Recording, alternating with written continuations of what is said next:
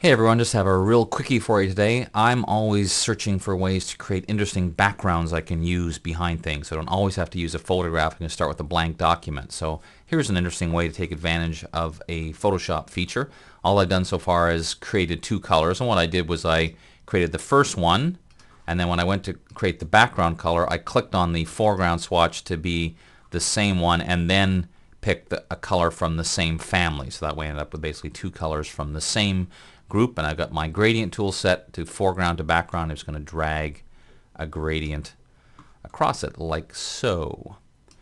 I'm going to duplicate this layer, free transform, and I'm just going to hold down the Option or Alt key, which allows me to scale from the center outwards. I'm going to make it slightly smaller and hit Enter. Now of course you'll hardly even see the difference because it's almost the same thing, but here's the sort of trick we're going to do.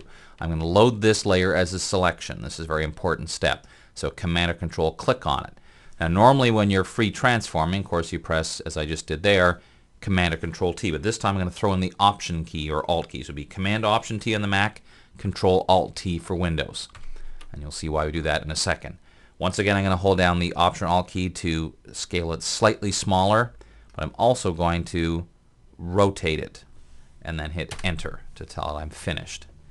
Now at this point I can hit the keyboard shortcut Command Option Shift or Control Alt Shift T, and what that will do is keep repeating the same thing over and over again, which is scaling and rotating, and I'm just keep pressing it over and over again, then wait for my computer to catch up with me so you can see what we got.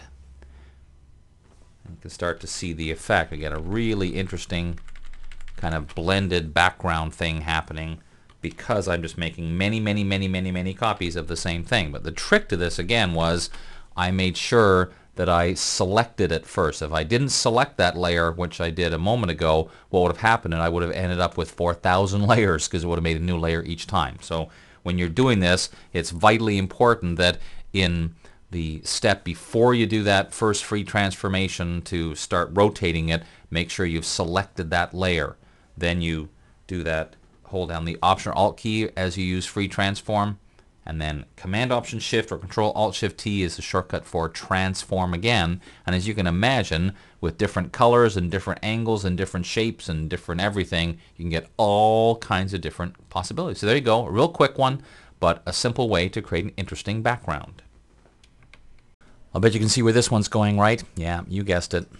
I'm Dave Cross. We'll see you next time.